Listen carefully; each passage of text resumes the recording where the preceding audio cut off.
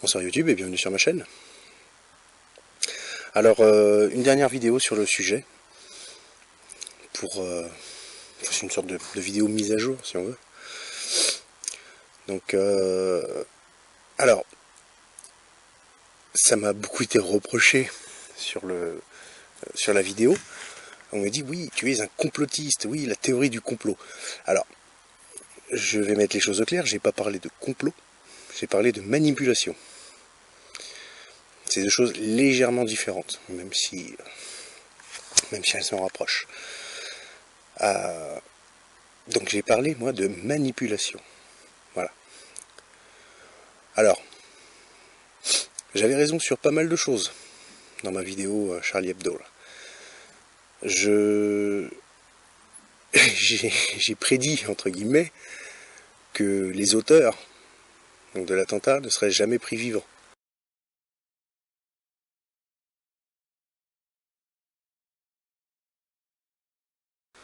Résultat des courses, ils n'ont pas été pris vivants. Évidemment. Hein, on parle toujours un peu moins quand on est mort. Bon. Ensuite, j'ai expliqué que tout ça c'était une gigantesque manipulation dans le seul et unique but d'aller en Syrie. Et que pour ça, il fallait détourner, il fallait se mettre dans la poche l'opinion publique. Et pour se mettre dans la poche l'opinion publique, il fallait notre 11 septembre à nous. Résultat des courses, dès le lendemain, les médias parlaient de 11 septembre français. On est d'accord? Bon. Alors, oui, et je continue de le dire et je le maintiens, toute cette gigantesque mascarade, cette fumisterie, cette vaste blague, tout ça n'a été fomenté que dans un seul et unique objectif, pour un seul et unique objectif, aller en Syrie. Légitimer l'envoi de forces militaires en Syrie. Et vous allez voir que d'ici peu, on va aller en Syrie. Hayat Boumedienne, donc, alors, elle s'est barrée, comme par hasard, elle s'est tirée, je le donne en mille, en Syrie. Il va bien falloir aller la chercher. Bon. Alors, on a le journal le journal allemand, je ne sais plus comment il s'appelle, je vous mets la photo.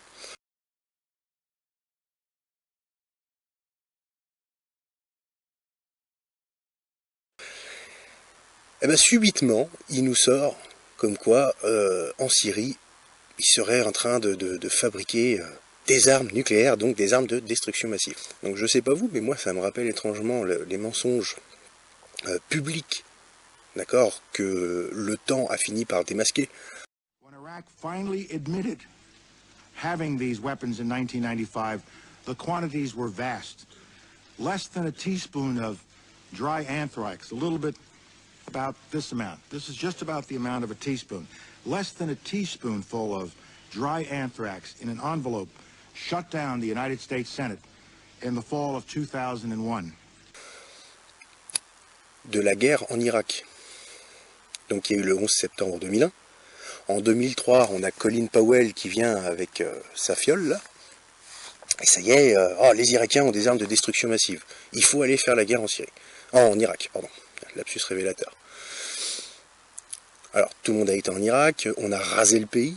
Résultat des courses, on attend encore les armes de destruction massive. On les attend encore. Je dirais pas que les États-Unis ont été en Irak pour le pétrole, non, bien sûr que non. Je voudrais pas me faire taxer de complotiste. Là, c'est exactement la même chose. D'abord, on se met dans la poche l'opinion publique. Ensuite, on passe à l'action. Je ne sais pas si vous avez remarqué, mais le mot à la mode en ce moment, c'est amalgame. Pas d'amalgame.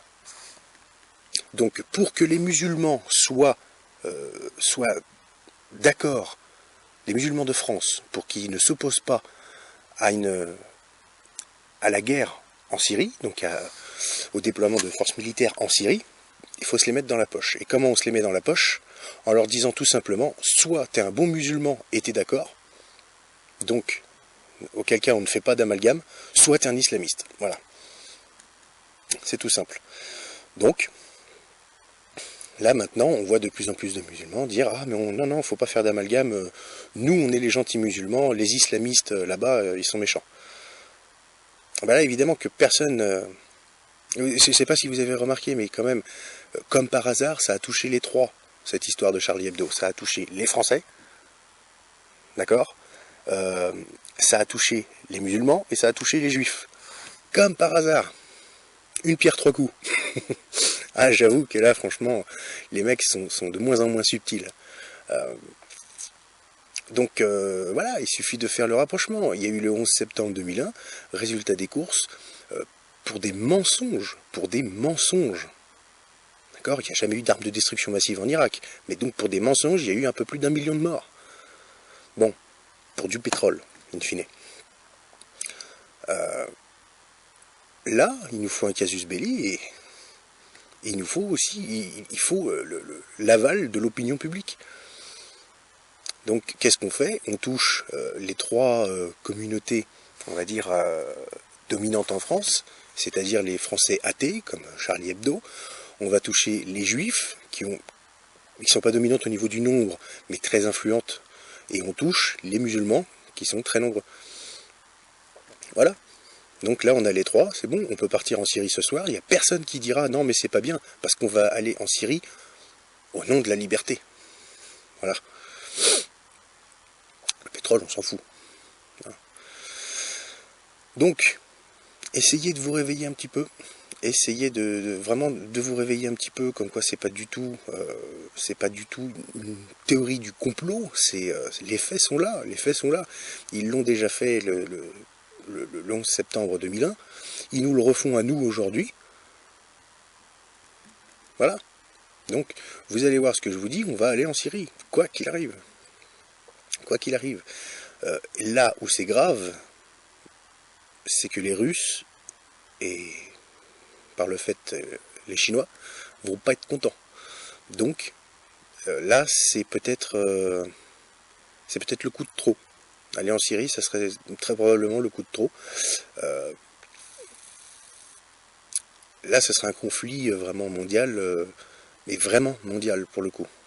Voilà, pas comme la Seconde Guerre mondiale, qui était pseudo-mondiale, où les forces armées n'avaient pas les mêmes potentiels de destruction. Là, attention, le potentiel de destruction des armées modernes a été multiplié par 100. Hein, et là, le nombre de pays impliqués est multiplié par 5. Hein. Donc, imaginez un petit peu les dégâts. Donc, bon, essayez de vous réveiller un petit peu. Hein,